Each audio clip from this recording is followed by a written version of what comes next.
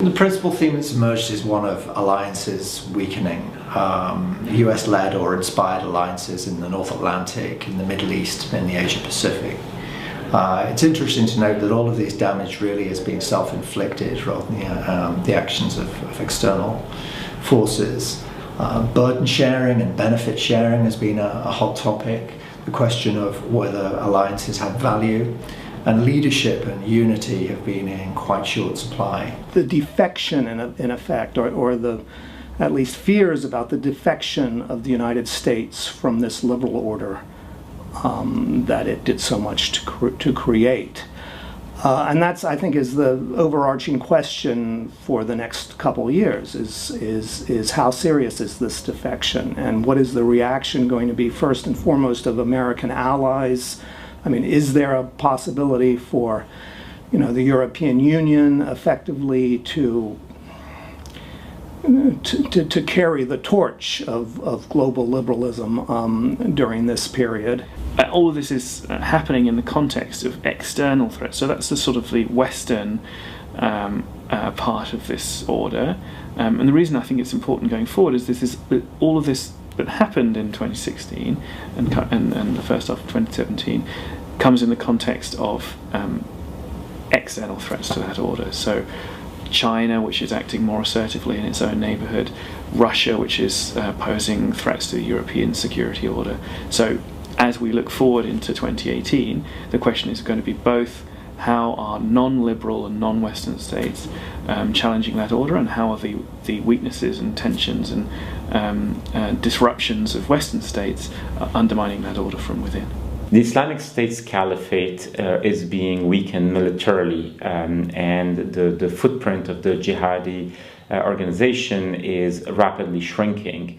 That doesn't mean that the Middle East is entering a period of stabilization. To the contrary, all the new fault lines are emerging very powerfully and are causing political but also military unrest in Iraq, in Syria, and elsewhere. Iran is the primary geopolitical winner of those dynamics, but Russia is also positioned at the center of all these dynamics. So the potential for a conflict that would involve, for instance, Hezbollah in Israel, or Turkey and the Kurds in Syria or Iraq, is very high, and the coming year will probably be defined by those tensions. The situation at the moment is still very tense, and there are ongoing tests, particularly of missile capabilities. North Korea flew a ballistic missile over Japan, which caused a lot of panic, understandably, within Tokyo. Looking forward to 2018, I think the key is to try and create some kind of coherent international policy response to this crisis.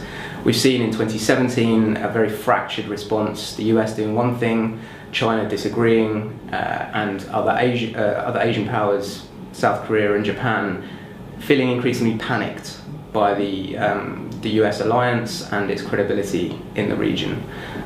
So looking forward, I think the important thing will be some kind of coherent posture from all of those involved. The nuclear deal assures that Iran does not develop a nuclear weapon for a specific period of time. This limited timeline is, of course, a major drawback. And I think the hope that the Obama administration had was that over time, based on the confidence developed over the course of negotiations, it would be able to engage Iran in all those other areas, its regional activities and so on. And that in turn would be conducive to establishing some additional constraints on Iran's program after the provisions of the Joint Comprehensive Plan of Action sunset eventually. If the deal fails right now, it's quite possible that Iran would just go back to what it did before. In terms of the great power relationships and the key player relationships that we're seeing in South Asia, what is emerging is a strong relationship among China, Pakistan and Russia, which is in a way opposed somewhat to a strong relationship that is developing among the US, India, Japan and Australia. What we expect to see clearly in the next few months is a greater attempt at structural relationship among these two different and possibly competing regional blocs. There are an increasing number of global challenges and trends which are transnational and supranational in nature and which need transnational approaches to confront. So the Paris Climate Change Agreement being a perfect example. This is a transnational issue and requires a transnational response. So the tension there is that populist and nationalist movements in nation states are reacting against the limits or the transfers of sovereignty involved in making such agreements. But if you want to combat challenges that are global in nature, you need that global approach and you need to pool and transfer sovereignty.